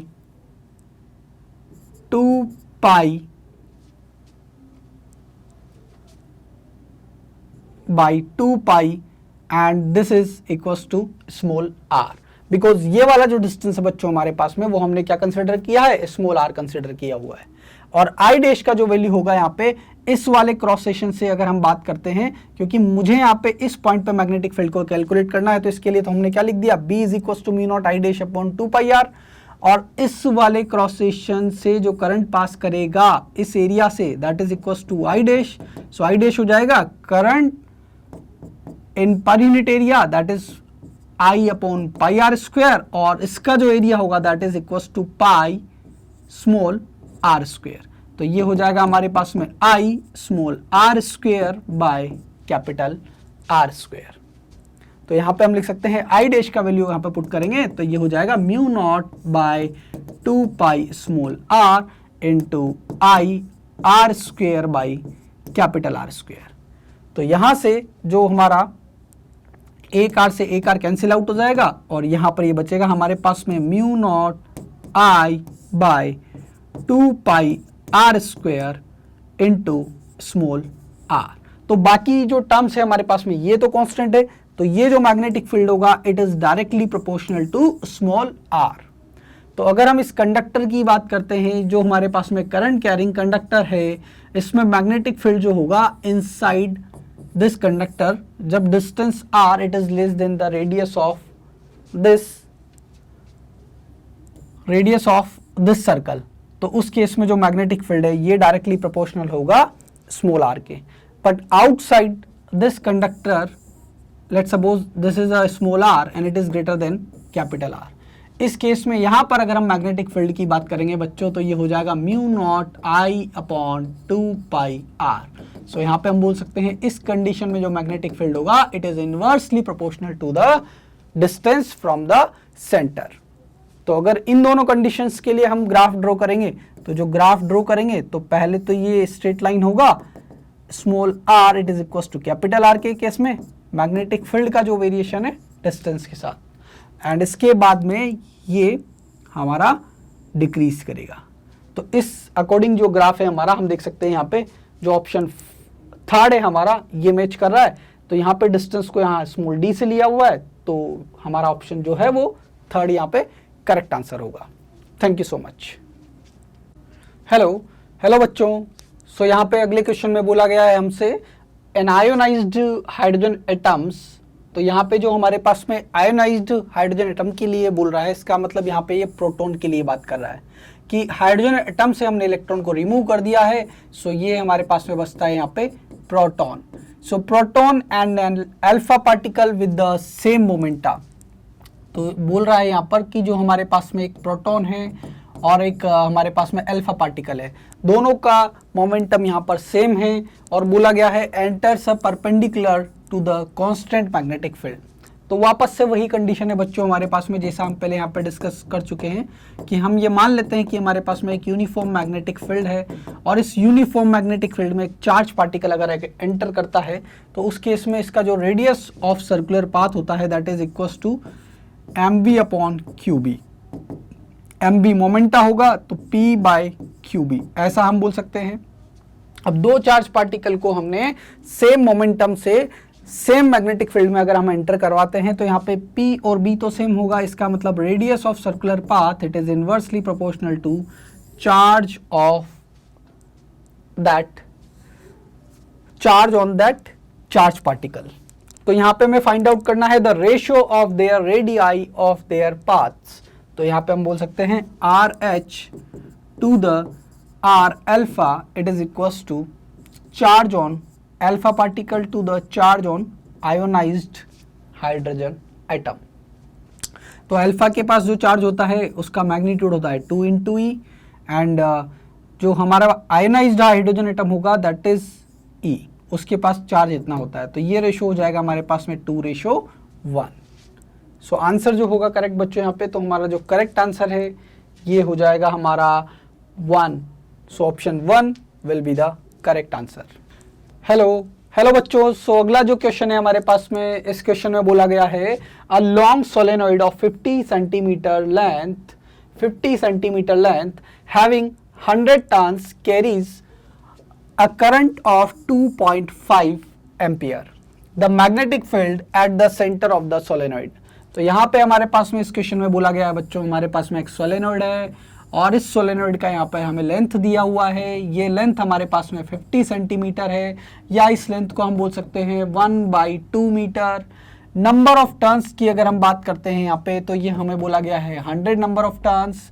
तो number of turn per unit length हमारे पास में हो जाएगा 100/1/2, that is 200 number of turn per unit length, या हम बोल सकते हैं टर्न, ये हो जाएगा number of turn per unit length, that is equal to 200 turn per metre. अब यहां पर हमें इस कंडीशन में बताना है कि अगर इस में जो वायर बाउंड है उसमें जो करंट पास कर रहा है, अगर ये करंट हमारा 2.5 एम्पियर का है, तो सेंटर ऑफ द सोलेनोइड पे जो हमारा मैग्नेटिक फील्ड होगा वो हमें कैलकुलेट करना है। तो ये हो जाएगा बच्चों म्यू नॉट एन आई। तो म्यू नॉट का वैल्यू हमारे पास में 4 pi into 10⁻⁷। Number of turn on per unit length that is equal to 200। I का वैल्यू हो जाएगा बच्चों यहाँ पे इट इज 2.5 एम्पियर। और अगर हम इसे सॉल्व करते हैं बच्चों, तो ये हो जाएगा हमारे पास में 2.5 into 2 it is 5, 5 into 4 that is 20। So 20 pi into 10⁻⁷ into 10⁻²। ये वाला 10 और ये वाला 10⁻² दैट विल गिव्स द 10⁻³ सो यहाँ पे हम लिख सकते हैं 2 पाई इंटू 10⁻⁻4 टेस्ला। और फाइनली अगर हम इसे सॉल्व करते हैं तो 2 पाई का जो वैल्यू होगा दैट इज 6.28 इंटू 10⁻⁴ टेस्ला। तो क्लियरली यहाँ पे देख सकते हैं हमारा जो आंसर होगा option 4 will be the correct answer. Thank you so much.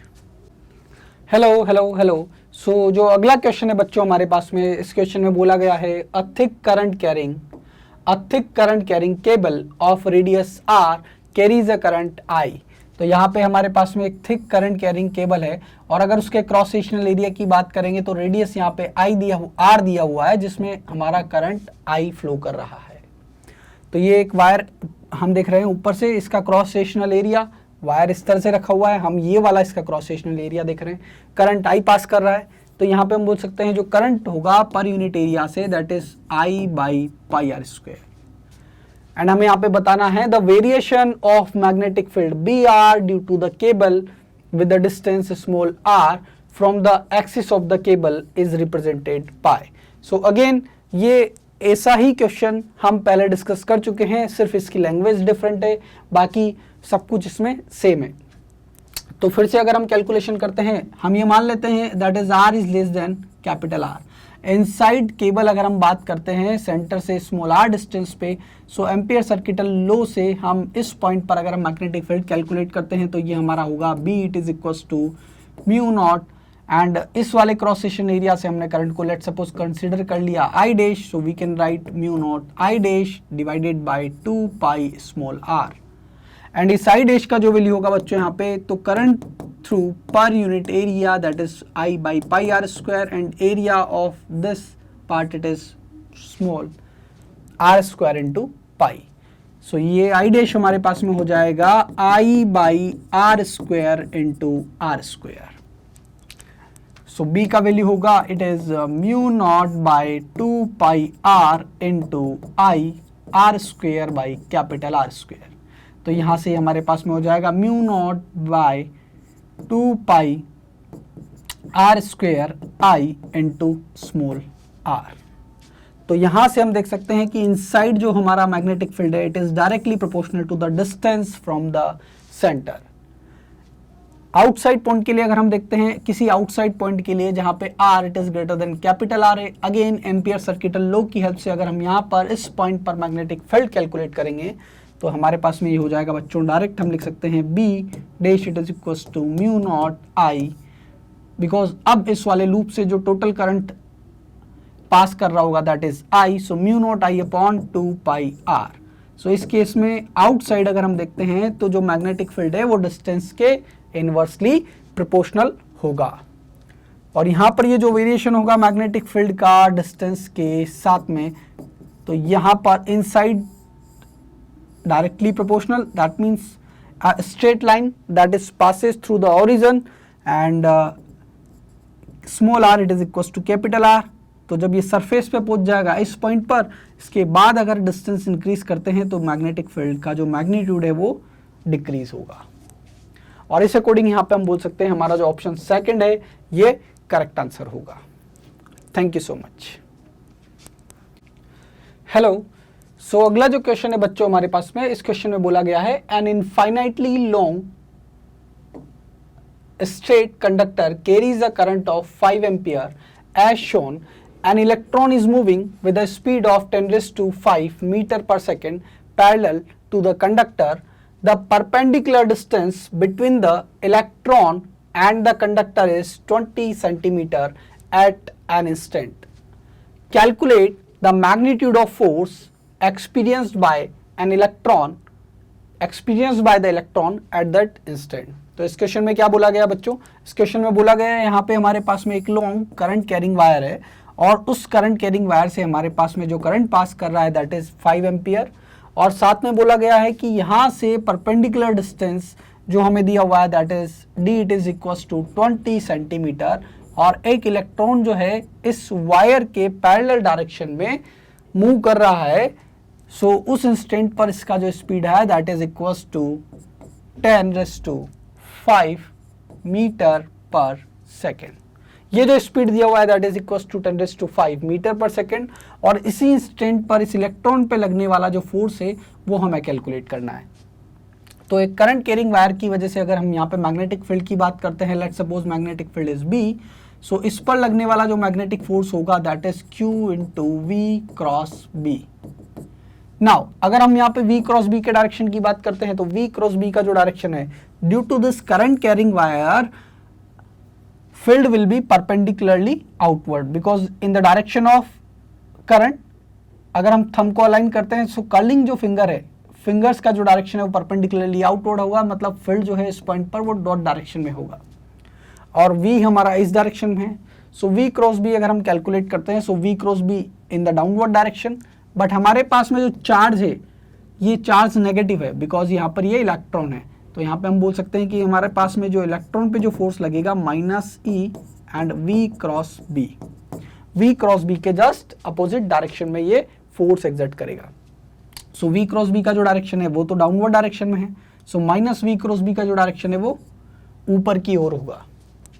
तो हमें तो यहाँ पे सिर्फ मैग्नीट्यूड कैलकुलेट करना है बच्चों, डायरेक्शन भी हमारे पास में आ चुका है। तो मैग्नीट्यूड जो हमारे पास में होगा it is EVB, because V और B के जो बीच एंगल है वो भी 90 डिग्री है। V का डायरेक्शन हमारे पास में इधर है, B हमारे पास में परपेंडिकुलरली आउटवर्ड है। तो F जो होगा बच्चों हमारे पास में it is 1.6 into 10⁻⁹, V it is equals to 10⁵ and B it is equals to, B का वैल्यू हमारे पास में यहाँ पे दिया हुआ है, B it is equals to, यहाँ पे हम कैलकुलेट कर सकते हैं due to this current carrying wire it is μ0I upon 2πd। So F will be equals to 1.6 into 10⁻⁹ into 10⁵, 4π into 10⁻⁷ into, and current it is 5 ampere divided by 2π and small d it is 20 centimeter, so we can write over here it is 20 into 10⁻²। so finally अगर हम इसे solve करते हैं तो ये वाली value हमारे पास में सॉल्व होकर के आ जाएगी 8 into 10⁻20 Newton. So option third जो है हमारे पास में यहाँ पे third is the correct answer. Thank you so much. Hello बच्चों, तो हमारे पास में जो अगला क्वेश्चन है यहाँ पे, इस क्वेश्चन में बोला गया है a uniform conducting wire of a length 12a। तो यहाँ पे जो लेंथ दिया हुआ है वायर का that is equals to 12a and a resistance R, और इस वायर का जो रेजिस्टेंस यहाँ पे कैपिटल R दिया हुआ है, wound up a current carrying coil in a shape.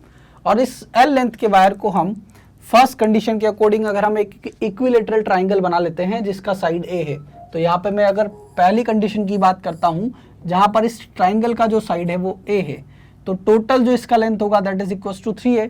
तो 3a तो इसका जो पैरीमीटर हो जाएगा, और मुझे 12a से इसको कंप्लीट करना है, तो मतलब नंबर ऑफ टर्न की अगर हम बात करेंगे तो ये हो जाएगा 12a डिवाइडेड बाय 3 है। इसका मतलब यहाँ पर जो नंबर ऑफ टर्न होंगे दैट इज इक्वल्स टू 4। तो 4 नंबर ऑफ टर्न्स में ये जो वायर है यहाँ पर एक इक्विलेटरल ट्राइंगल फॉर्म करेगा। और अगर इस ट्राइंगल के एरिया की बात करते हैं तो ये एरिया जो हमारे पास में होगा that is equals to √3/4 into small a square. और इस ट्राइंगल में हमारा जो करंट पास कर रहा है that is equals to I।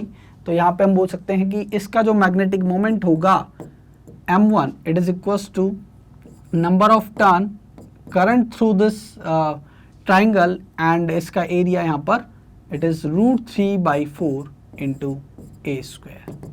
So n का वैल्यू तो यहाँ पे 4 है, so 4 into I into √3/4 a square. So 4 से 4 कैंसिल आउट हो जाएगा, तो ये हमारे पास में आ जाएगा √3I a square. Second condition में यहाँ पे बोला गया है a square of a side a। तो अगर यहाँ पे हम एक स्क्वायर बना देते हैं जिसका साइड यहाँ पर a है, तो एक लूप के लिए जो ये लेंथ होगा that is equals to 4a। और टोटल लेंथ जो हमारे पास में वायर का है that is 12a। So total number of turn की अगर हम बात करते हैं तो total length divided by perimeter of this square loop that is 4a। सो यहाँ पे 3 नंबर ऑफ टर्न हमारे पास में होंगे। तो नंबर ऑफ टर्न तो यहाँ पे 3 बार ये जो वायर है यहाँ पे इस पर बाउंड कर रहा होगा। साथ में अगर हम यहाँ पे बात करते हैं कि अगर करंट इसका I है तो इसका जो एरिया है इस area of this square it is equals to a square. तो यहाँ पर सेकेंड कंडीशन में इसका जो मैग्नेटिक मोमेंट होगा that is equals to number of turn current I and into area. So area it is equals to a square. So M2 will be equals to small n that is equals to 3I into a square। 3I into a square।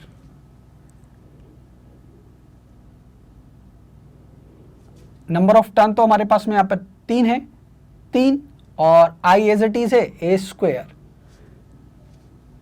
तो यहाँ पे हम देख सकते हैं हमारा जो magnetic moment होगा that is equals to 3IA square. और फर्स्ट कंडीशन के लिए अगर हम देखते हैं तो फर्स्ट कंडीशन में हमारा जो मैग्नेटिक मोमेंट था नंबर ऑफ टर्न हमारे पास में 4 नंबर ऑफ टर्न थे यहाँ पे, तो इसके करस्पॉन्डिंग जो मैग्नेटिक मोमेंट था दैट इज √3IA स्क्वायर। और इस अकॉर्डिंग अगर हम यहाँ पे मैग्नेटिक मोमेंट की बात करेंगे तो फर्स्ट केस में हमारा जो मैग्नेटिक मोमेंट है that is √3IA square. Second condition के करस्पॉन्डिंग हमारा जो मैग्नेटिक मोमेंट आएगा that is equals to 3IA square. So हमारा ऑप्शन 4 जो है यहाँ पे करेक्ट आंसर होगा बच्चों। Thank you so much. Hello. So अगला जो क्वेश्चन है बच्चों हमारे पास में, इस क्वेश्चन में बोला गया है from amperes circuital law for a long straight wire of circular cross sectional carrying a steady current the variation of magnetic field in the inside and outside region of the wire. तो ऐसा question जो है बच्चों हम पहले भी discuss कर चुके हैं, खाली उसका लैंग्वेज, उसमें सिर्फ लैंग्वेज उसका डिफरेंस था, बाकी सेम क्वेश्चन था। तो यहाँ पे बोला गया है हमारे पास में एक वायर है और इसका हमने रेडियस यहाँ पे कंसिडर कर लिया लेट्स सपोज r, और इस क्रॉस सेक्शनल एरिया से जो करंट पास कर रहा है लेट्स सपोज I जो करंट है यहाँ पे ये पास कर रहा है। तो पर यूनिट एरिया से जो करंट पास कर रहा होगा दैट इज I/πr स्क्वायर। और हमें यहाँ पर मैग्नेटिक फील्ड का जो वेरिएशन है इनसाइड और आउटसाइड के लिए बताना है। तो सबसे पहले अगर हम इनसाइड बात करते हैं स्मॉल r डिस्टेंस पे from the centre for the condition r is less than capital R। So according to the Ampere circuital law इस क्रॉस सेक्शन एरिया से जो करंट पास कर रहा होगा let's suppose that is I dash. So I dash हो जाएगा current through per unit area into area of this cross section that is equals to pi small r square. So ये हो जाएगा हमारे पास में I/r square into r square. और अगर हम किसी पॉइंट पर हम मैग्नेटिक फील्ड की बात करते हैं r डिस्टेंस पर, तो ये हो जाएगा B it is equals to μ0 I dash upon 2πr। तो यहाँ पर ये हो जाएगा B it is equals to μ0 upon 2πr and it is I/r square into r square. So एक r से एक r कैंसिल आउट हो जाएगा। तो यहाँ पे हम देख सकते हैं कि जो हमारा b होगा it is directly proportional to the small r that is the distance from the centre. तो अगर हम इनसाइड की बात करते हैं, यहां से लेकर के सरफेस की बात करेंगे, तो ये जो वेरिएशन होगा मैग्नेटिक फील्ड का डिस्टेंस के साथ में, ये जो मैग्नेटिक फील्ड का वेरिएशन होगा डिस्टेंस के साथ में, ये एक स्ट्रेट लाइन होगा जो कि हमारा ओरिजिन से पास कर रहा होगा। ओरिजिन से पास कर रहा होगा मतलब it is a straight line that is passes through the origin. Now अब हम आउटसाइड पॉइंट के लिए बात करते हैं, किसी पॉइंट आउटसाइड पॉइंट के लिए बात करते हैं जो स्मॉल r डिस्टेंस पे है and it is greater than the capital R। सो फिर से अगर हम देखते हैं एम्पियर सर्किटल लॉ के अकॉर्डिंग, तो इस वाले लूप से जो करंट पास कर रहा होगा that is equal to the capital I, total current pass कर रहा होगा। और इस पॉइंट के लिए अगर हम मैग्नेटिक फील्ड लिखते हैं बच्चों, तो यहाँ पे ये लिख सकते हैं direct mu naught I upon 2 pi R। तो यहाँ पर I भी कांस्टेंट है, तो यहाँ पे B it is inversely proportional to the distance from the centre. So इस अकॉर्डिंग अगर हम यहाँ पे देखते हैं, जब हमारा R it is equals to capital R, so beyond this magnetic field will decrease according to this relation. So अगर हम यहाँ पे देखते हैं, पहले वाले ऑप्शन की बात करते हैं, a linearly increasing function of a distance up to the boundary of the wire and then linearly decreasing. तो अगर हम इनसाइड बात करते हैं तो लीनियरली इंक्रीजिंग फंक्शन होगा, लेकिन उसके आउटसाइड जो है वो लीनियरली डिक्रीज नहीं करेगा। तो हमारा ऑप्शन पहला गलत हो जाएगा बच्चों। दूसरे ऑप्शन के लिए अगर हम यहाँ पे बात करते हैं, a linearly increasing function of distance small r up to the boundary of the wire and then decreasing 1 with 1 by r dependence for the outside region। तो ये वाली कंडीशन को फुलफिल कर रहा है, मतलब ऑप्शन सेकंड जो है हमारा करेक्ट होगा। थर्ड के लिए बोला गया है a linearly decreasing function of a distance r up to the boundary condition। तो इनसाइड तो ये इंक्रीज कर रहा है, तो ये भी गलत है। और ऑप्शन 4 की अगर हम बात करते हैं यहाँ पे, uniform and remains constant both the region, तो ऑप्शन 4 भी हमारा इनकरेक्ट हो जाएगा। तो इस तरह से यहाँ पे जो ऑप्शन सेकंड है ये हमारा करेक्ट आंसर होगा। Thank you so much. Hello बच्चों, तो अगला जो क्वेश्चन है हमारे पास में, इस क्वेश्चन में बोला गया है a square loop of a side 1 metre, एक लूप जो हमारे पास में स्क्वायर फॉर्म में यहाँ पर, और इसका जो साइड बोला गया है बच्चों ये स्मॉल a, अगर हम बात करते हैं ये दिया हुआ है हमें 1 मीटर का, and a resistance 1 ohm is placed in a magnetic field of 0.5 tesla. तो यहाँ पर हम ये मान लेते हैं कि जो हमारा मैग्नेटिक फील्ड है इसका जो मैग्नीट्यूड है इट इज 0.5 टेस्ला, एंड इस लूप का जो रेजिस्टेंस है that is R it is equals to 1 ohm. If the plane of the loop is perpendicular to the direction of magnetic field, तो यहाँ पे ये वाला जो प्लेन है बच्चों, यहाँ पे ये जो लूप रखा हुआ है ये इस तरह से रखा हुआ है कि इस मैग्नेटिक फील्ड के परपेंडिकुलर है। जो मैग्नेटिक फील्ड है वो परपेंडिकुलरली इनसाइड है the magnetic flux through the loop. तो इस केस में हमें यहाँ पे मैग्नेटिक फ्लक्स कैलकुलेट करना है। तो by the definition of flux यहाँ पे हम लिख सकते हैं B vector dot A vector. So यहाँ पे जो इसका जो एरिया वेक्टर होगा, direction of area vector will be in the direction of magnetic field, so we can write over here it is BA cos 0। तो यहाँ पे हो जाएगा B into A and area of this square loop will be equals to B into small a square। तो B का value हमें यहाँ पे दिया हुआ है 0.5 and value of A it is 1 square, so it is 0.5 weber. तो इस अकॉर्डिंग यहाँ पे हम देख सकते हैं जो फ्लक्स लिंक कर रहा होगा इस लूप से ये 0.5 वेबर का होगा। So option first is the correct answer. Thank you so much. Hello बच्चों, सो अगला जो क्वेश्चन है हमारे पास में, इस क्वेश्चन में बोला गया है a long solenoid of radius 1 mm। तो यहाँ पे हमें एक सोलेनॉइड दिया हुआ है, एक सोलेनॉइड जैसा कि आप यहाँ पे देख सकते हैं, और इस सोलेनॉइड का जो रेडियस है small r it is equals to 1 mm। साथ में बोला गया है 100 turns per mm। So number of turn per unit length यहाँ पे हमें दिया हुआ है that is 100 number of turn पर mm। तो अगर इसे SI में कन्वर्ट करते हैं तो हम लिख सकते हैं नंबर ऑफ टर्न जो कि हमारे पास में 100 टर्न, एंड पर मीटर में अगर मुझे लिखना है दैट इज 10⁻³ पर मीटर। सो ये हो जाएगा 10⁵ number of turn per metre. और साथ में बोला गया है 1 ampere of current flows in the solenoid, the magnetic field strength at the center of the solenoid. तो यहाँ पर जो सोलेनोइड का जो सेंटर है, इस पॉइंट पर हमें यहाँ पे मैग्नेटिक फील्ड को कैलकुलेट करना है. तो ये मैग्नेटिक फील्ड हो जाएगा B, it is equals to mu naught n I. Mu naught का वैल्यू हमारे पास में है 4 पाई इंटू 10⁻⁻⁷. स्मॉल n का वैल्यू हो जाएगा 10⁵ एंड करंट यहाँ पे दिया हुआ है बच्चों, it is 1 ampere. So finally आ जाएगा हमारे पास में 4 pi into 10⁻⁻² tesla. 4 pi into 10⁻⁷ tesla. और फर्दर अगर हम इसे सॉल्व करते हैं बच्चों, तो ये हो जाएगा हमारे पास में 4 इंटू 3.14 इंटू 10⁻² टेस्ला. 4 को 3.14 से मल्टीप्लाई करेंगे तो ये बन जाएगा 12.56 into 10⁻² tesla. And according to this हमारा जो ऑप्शन होगा, option first will be the correct answer. Thank you so much.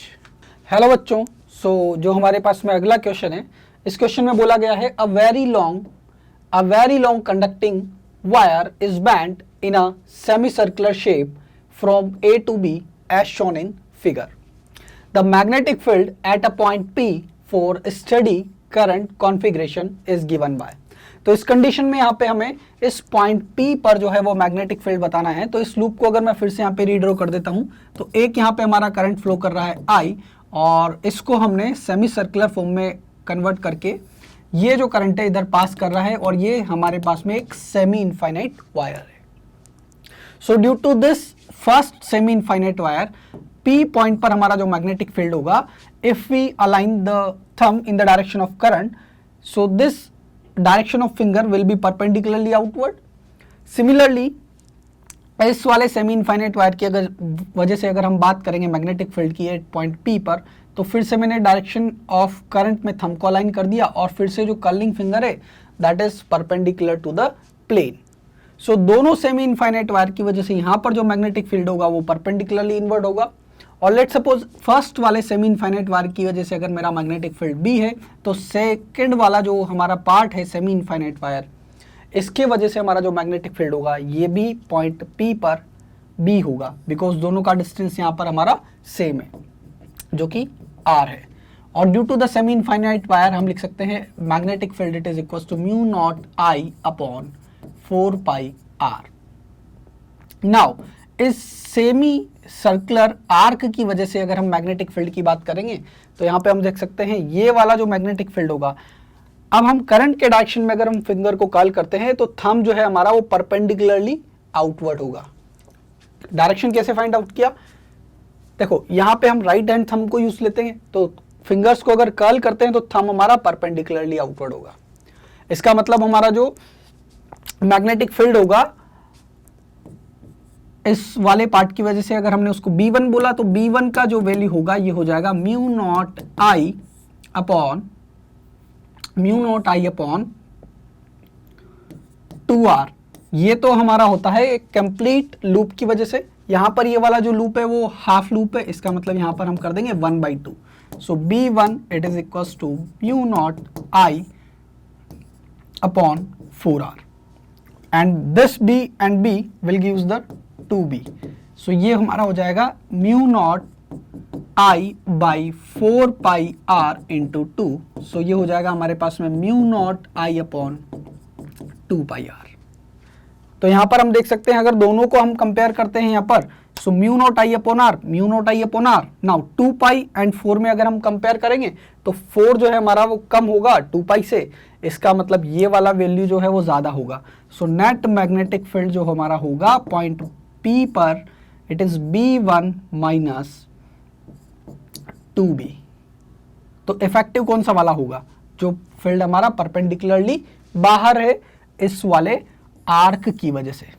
तो यहाँ पर P पॉइंट पर अगर हम मैग्नेटिक फील्ड की बात करेंगे तो ये हमारा हो जाएगा mu naught I upon 4R minus mu naught I upon 2 pi R.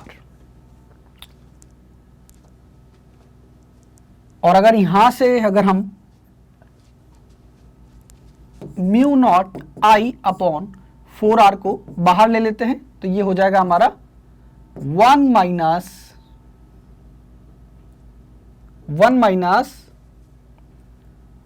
2 by pi, and this is the magnetic field at the point P, and जो डायरेक्शन होगा that is perpendicularly outside. So first option तो हमारा incorrect हो जाएगा. Second option के लिए देखते हैं, that is mu naught I upon 4 pi, mu naught I upon 4r 1 minus 2 by pi, and it is pointed away from the page. So option second यहाँ पर हमारा करेक्ट आंसर होगा. Thank you so much. Hello बच्चों, so जो हमारे पास में अगला क्वेश्चन है, इस क्वेश्चन में बोला गया है given below are two statements. For the statement first, Biot-Savart's law gives the expression for the magnetic field strength of an infinitesimal current element ideal of a current carrying conductor only. So यहाँ पे हमें पता है कि जो Biot-Savart law है वो हमें मैग्नेटिक फील्ड के बारे में बताता है due to the current carrying wire, that is mu naught upon 4 pi, and we can write I D L cross R vector upon R cube. So statement first के अकॉर्डिंग अगर हम ये देखते हैं तो Biot Savart law gives us the expression for the magnetic field strength. So for the infinitesimally small element, this magnetic field can be calculated according to this. So therefore statement first is the correct. तो पहला statement तो हमारा correct होगा. अगर second statement के लिए यहाँ पे बात करते हैं, bio-Savart's law is analogous two columns inverse square law of charge q, with the former being related to the field produced by the scalar source. So पहला यहाँ पे जो लाइन है वही इनकरेक्ट हो जाता है, बिकॉज जो कूलम्स लॉ है वो इनवर्स स्क्वायर लॉ को फॉलो करता है, एंड यहाँ से इसका कोई रिलेशन जो है वो नहीं बैठ पा रहा है. तो इस अकॉर्डिंग स्टेटमेंट सेकंड जो है हमारा वो इनकरेक्ट होगा बच्चों. तो यहाँ पे हम बोल सकते हैं statement first is correct but statement second is incorrect. So statement first is correct and statement second is incorrect. So option second यहाँ पर हमारा correct answer होगा. Thank you so much.